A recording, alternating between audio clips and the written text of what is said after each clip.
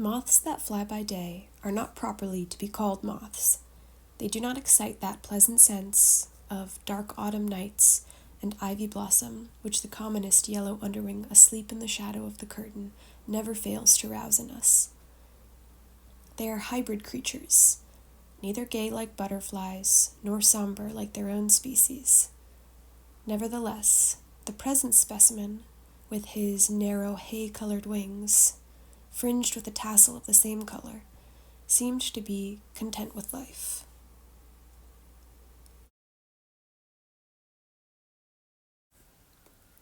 It was a pleasant morning, mid-September, mild, benignant, yet with a keener breath than that of the summer months. The plough was already scoring the field opposite the window, and where the share had been, the earth was pressed flat and gleamed with moisture. Such vigor came rolling in from the fields, and the down beyond, that it was difficult to keep the eyes strictly turned upon the book. The rooks, too, were keeping one of their annual festivities, soaring round the treetops until it looked as if a vast net with thousands of black dots in it had been cast up into the air, which, after a few moments, sank slowly down upon the trees until every twig seemed to have a knot at the end of it.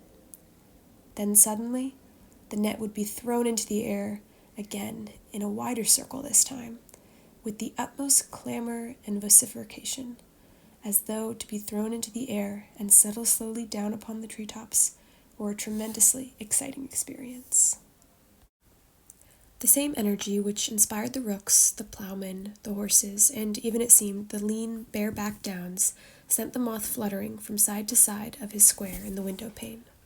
I'm putting castor oil on my feet in socks because my heels are really dry, so that's where we're at this morning. One could not help watching him.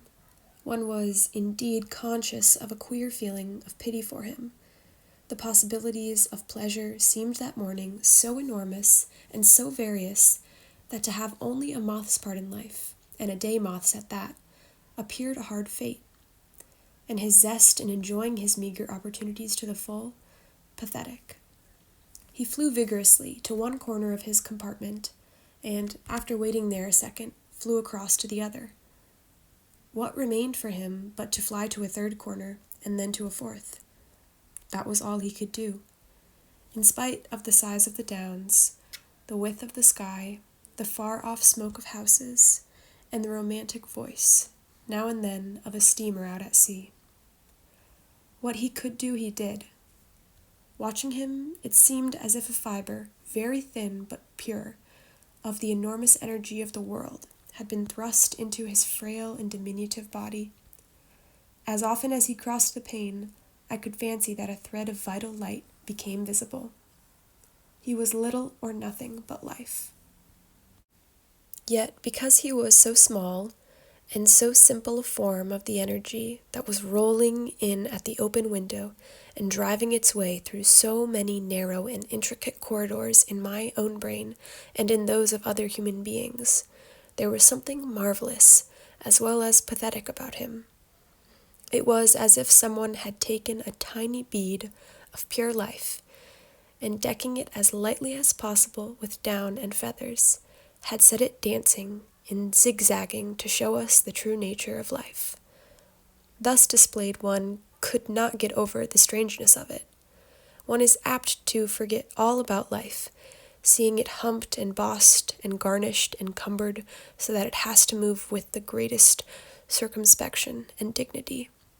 Again, the thought of all that life might have been had he been born in any other shape caused one to view his simple activities with a kind of pity. After a time, tired by his dancing apparently, he settled on the window ledge in the sun, and, the queer spectacle being at an end, I forgot about him. Then, looking up, my eye was caught by him. He was trying to resume his dancing, but seemed either so stiff or so awkward that he could only flutter to the bottom of the window pane. and when he tried to fly across it, he failed.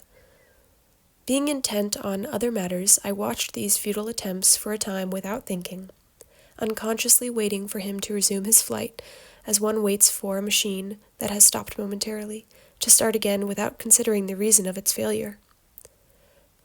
After perhaps a seventh attempt, he slipped from the wooden ledge and fell, fluttering his wings, onto his back on the windowsill. The helplessness of his attitude roused me. It flashed upon me that he was in difficulties. He could no longer raise himself. His legs struggled vainly. But as I stretched out a pencil, meaning to help him to right himself, it came over me that the failure and awkwardness were the approach of death. I laid the pencil down again. The legs agitated themselves once more. I looked as if for the enemy against which he struggled. I looked out of doors. What had happened there?